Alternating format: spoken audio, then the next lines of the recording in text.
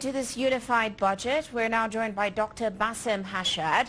He's an economist and international consultant with the UN Development Program. Doctor, great to have you with us on the show today. Now, first question, is it exactly clear what the catalyst was that led to these two rival legislative bodies approving the country's first unified state budget, of course, in more than a decade?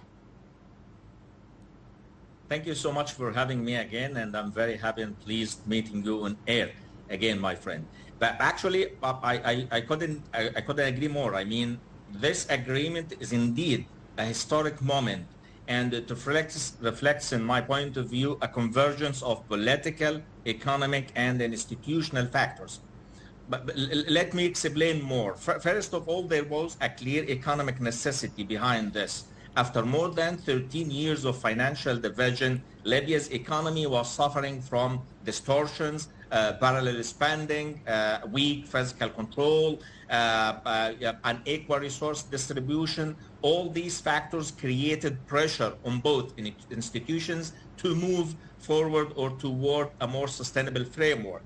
Second, in my point of view, also one of the catalysts was the role of the central bank itself.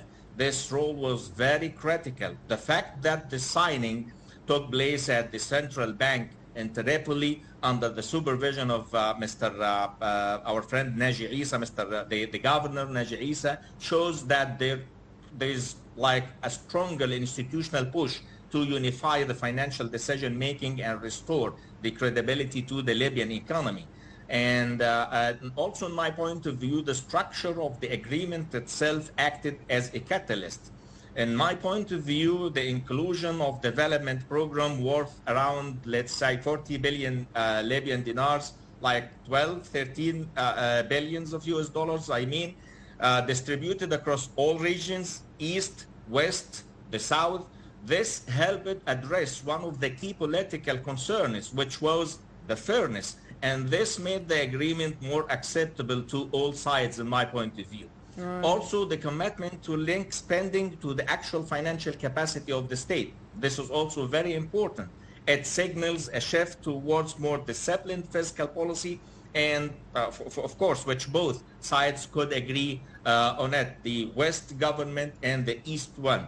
And finally, the timing matters, my friend, as well.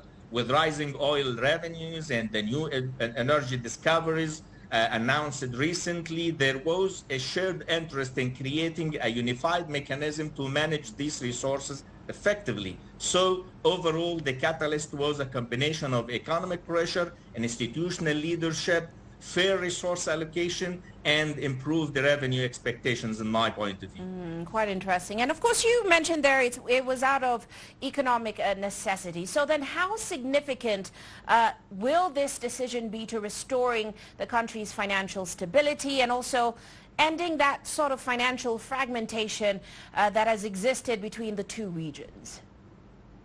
This is another very good question. It deserves an Oscar award, actually. I mean, yeah, one of the most important financial steps Libya has taken in over a decade is this step. The key significance lies in three areas, in my point of view. First, the unification of spending channels itself, ending the parallel financial arrangements, which means, of course, that salaries, operational spending, subsidies are all now managed under one unified framework, and this is very critical. And this also can significantly reduce the inefficiencies and corruption risks, which was very major and significant in the past, let's say, 13 or 15 years after the revolution or whatsoever of the incidents happened at that time. Second thing, in my point of view, or second area of interest, is the focus on fiscal sustainability itself. By linking expenditure to actual revenues, Libya is moving toward or moving away from uncontrolled spending. And this is critical for protecting the value of the Libyan dinar, which was under the pressure of exchange rate and the volatility of the exchange rate. And this also maintains macroeconomic stability from purely macroeconomic perspective. Third area is development dimension, meaning allocating this 40 billion or 40 billion dinars, Libyan dinars, or the 13 billion US dollars for development projects or these projects across all the regions is not only an economic decision, it's also a stability mechanism. And let us see from social and from security perspective this move, and you will understand easily what I mean. In all, I would say, however, all these areas of interest also be realistic. The success of this step depends on the implementation. And everything is based on implementation and the compliance, of course. If all parties respect the unified framework, this could truly end, I would say, end this financial fragmentation. But if political interference and this kind of, interferences continue, fragmentation could also reappear again, but in other forms. In summary, this is a foundational step. No one can reject this concept toward the financial stability with a stronger potential, but its also impact, or its impact will also depend on the execution and the implementation at the end of the story. All right. Well, we'll certainly continue to watch it closely. Doctor, always a pleasure to have you on the show. We do have to leave it there. We've run out of time. Thank you so much for joining us. That was